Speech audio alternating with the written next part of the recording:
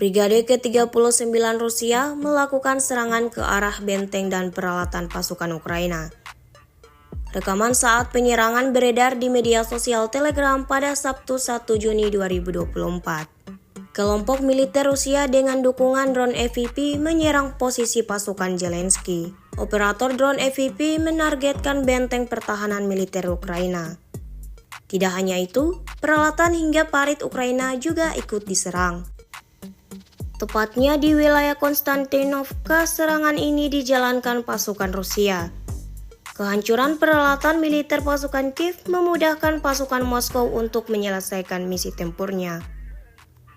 Hingga video ini beredar, belum ada tanggapan resmi dari pihak militer Ukraina.